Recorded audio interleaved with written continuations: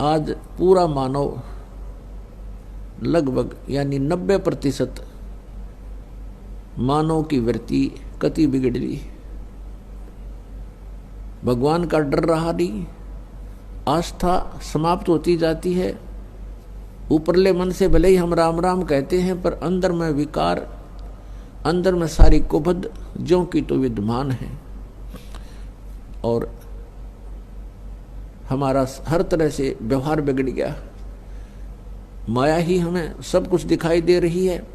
तो इसका कारण ये नकली संत हैं, ये तत्व ज्ञानहीन नीम हकीम जो संत गुरु बने बैठे हैं, ये मंडलेश्वर, ये इसका मुख्य कारण है। क्योंकि इन्होंने सदग्रंथों को समझा नहीं और हमारे को गलत रास्ता दे दिया, और श्रद्धालु गुरुजी के बताए अनुसार सिर धड़की बाजी लगा देता है, क्योंकि वो चाहता है कि मेरा कष्ट निवारण हो, मुझे जो टारगेटेड वस्तु मिले, मेरी उद्देशित वस्तु मिले।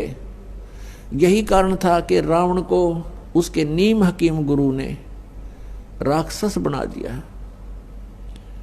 रावण ब्राह्मण था और उनके गुरु से उन्होंने सब शिक्षाएं प्राप्त की। उन्होंने गुरुजी के आगे ये इच्छा रखी कि मैं राजा बनना चाहता हूं और सब सुविधाएं हो मेरे पास। तो रावण के गुरु ने बता दिया कि भगवान शिव, ये तमोगुण शिव, ये सर्वेश्वर है, महेश्वर है, मृत्युंजय है, कालज्ञ है, और रिद्धि और सिद्धि के ये दाता हैं। ये आपको बहुत धन दे सकते हैं यदि ये प्रसन्न हो गए तो। और बताया कि वेदों में इसी की महिमा है। वेदों को प्रत्येक प्राणी सत्य मानता है, और वेदों के आधार से कोई बताता है कि ये वेदों में ऐसा लिखा है, आप ऐसे कीजिए, तो हम उसको शास्त्र अनुकूल साधना जानकर करते हैं, और करनी भी चाहिए। लेकिन वो नीम हकीम गुरु समझ नहीं सके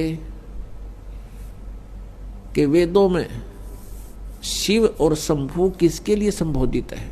अब वहां वेदों में जो शिव है वो परम अक्षर ब्रह्म की तरफ है,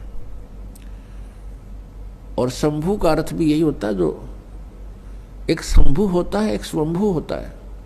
स्वयंभू तो परमेश्वर जो कभी जन्म नहीं लेते, वो स्वयंभू हैं, यानी स्वयं ही प्रकट है।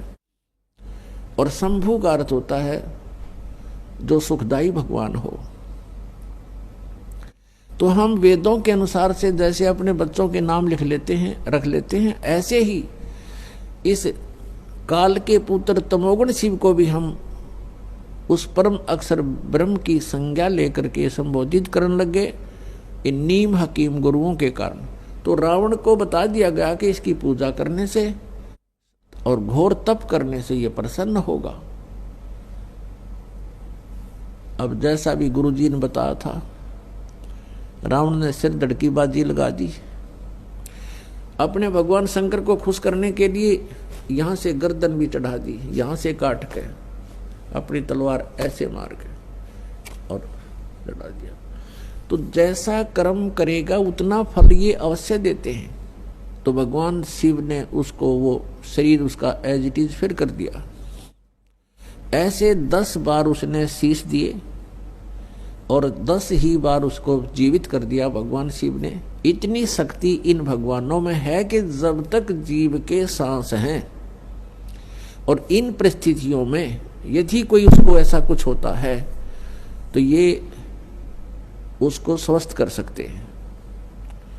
स्वस्थ का मतलब ये नहीं कि उसके जैसे क्रमदंड के कारण कोई रोग है तो रोग नाश नहीं ये कर सकते हैं, वो भोगना ही पड़ेगा आपको। सिर्फ ये है कि उसके निमित्त उन्होंने ये किया तो वो एज इट इज जैसे उसको जोड़ दिया। जैसे श्री कृष्ण जी और अर्जुन गए थे मोर ध्वज राजा के घर, उनके पुत्र को आरे से चिरवा दिया, मृत्यु होगी, फिर उसको जीवित कर दिया क्योंकि उसके संस्कार थे, अवशेष थे उसके जीवन।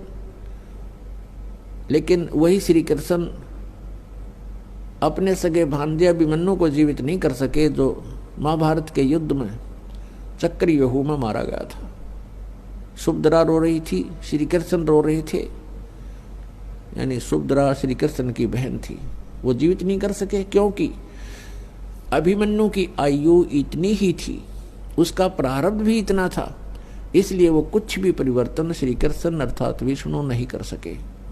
श्री कृष्ण यानी विष्णु और शिव और ब्रह्मा, ये तीनों एक ही सतर के, एक ही जैसे शक्ति युक्त प्रभु हैं। इनमें कोई अंतर नहीं है, केवल इनके विभाग का अंतर है। जैसे एक तो गृह मंत्री हो, एक सैर सपाटा मंत्री हो, पर्यटक मंत्री, तो इनके विभागों में अंतर होने से उनकी जो है महिमा में फर्क हो जाता है आम व्यक्ति की दृष्टि में, लेकिन उनकी शक्ति में अंतर नहीं है, पोस्ट एक जैसी ही है।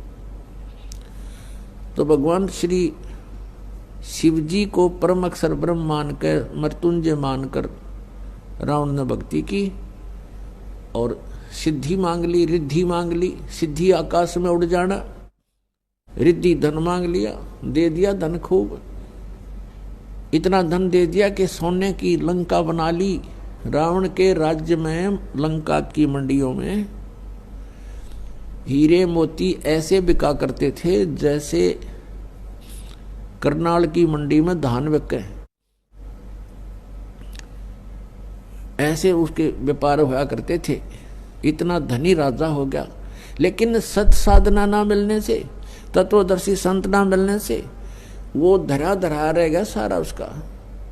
वह सोने की लंका भी वहीं रहेगी। उन बांदर ठाए अंडे, उन सोने की डलिया ने बगाओ समुद्र में ठा गए और सह परिवार नष्ट हो गया और नरक में डाल दिया गया। तो पुण्यात्माओं,